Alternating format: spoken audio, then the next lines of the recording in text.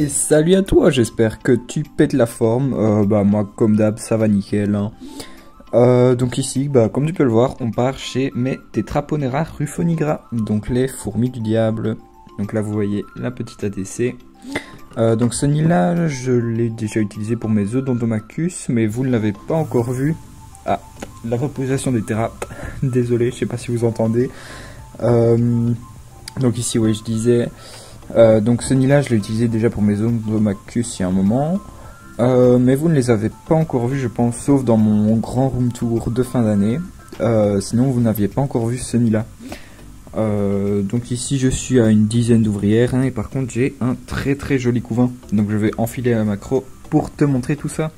Et me voilà donc en macro, et comme tu peux le voir j'ai vraiment un joli couvain. Donc ici ma reine qui est magnifique, hein, vraiment. Je pense qu'au niveau allure, etc., c'est mes préférées. Elles sont vraiment super belles. Et donc ici, dans le couvain, on peut voir qu'il y a une larve là, encore quelques-unes là.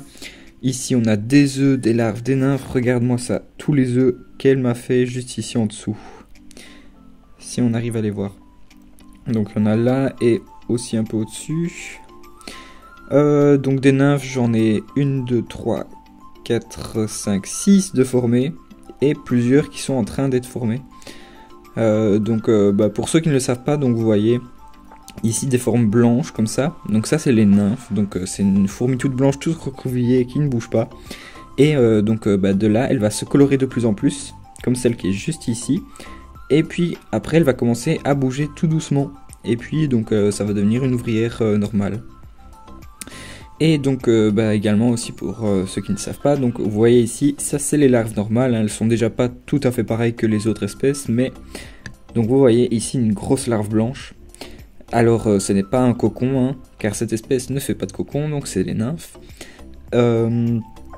Et donc en fait c'est une larve qui est en train d'entrer en nymphose. Donc la larve est en train de se transformer tout doucement en une fourmi comme ça, toute blanche, toute recroquevillée pour naître. Donc cette espèce est vraiment assez intéressante, hein. Elle cherche vraiment beaucoup l'interaction, je trouve. Donc elles viennent souvent, en fait elles se mettent dehors, elles viennent juste là, tout près, et elles lèvent la tête un peu comme ça et elles regardent vers moi, j'ai l'impression. Après je sais que cette espèce là n'a pas forcément la meilleure vue, donc je me demande vraiment est-ce qu'elles savent voir mon doigt ou pas, mais je ne pense pas. Donc tout à l'heure je pense avoir parlé donc de quelque chose assez intéressant. Vous voyez ici que pour l'entrée elles m'ont ramené du substrat, donc des grains que j'avais, donc tous les grains de sable comme ça, et elles ont fait un genre de trou avec 3 entrées. Là on peut voir une des entrées qui est ici sur la gauche, une autre qui est en haut à droite, et là on voit la tête d'une ouvrière qui dépasse du 3e.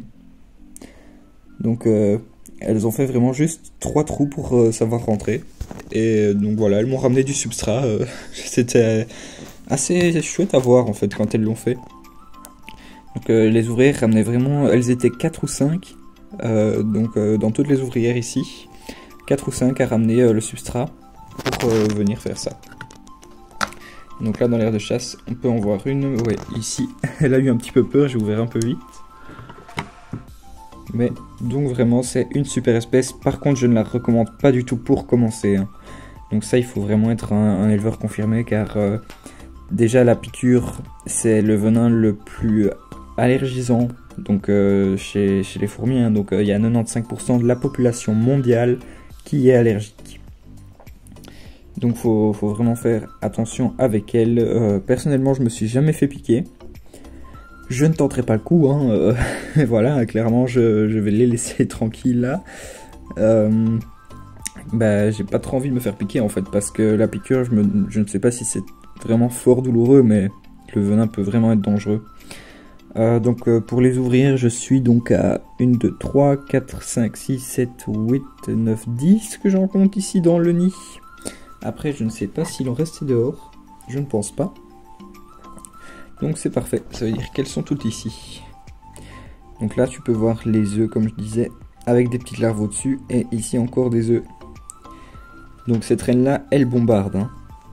Quand vous voyez le couvain que j'ai ici avec 10 ouvrières,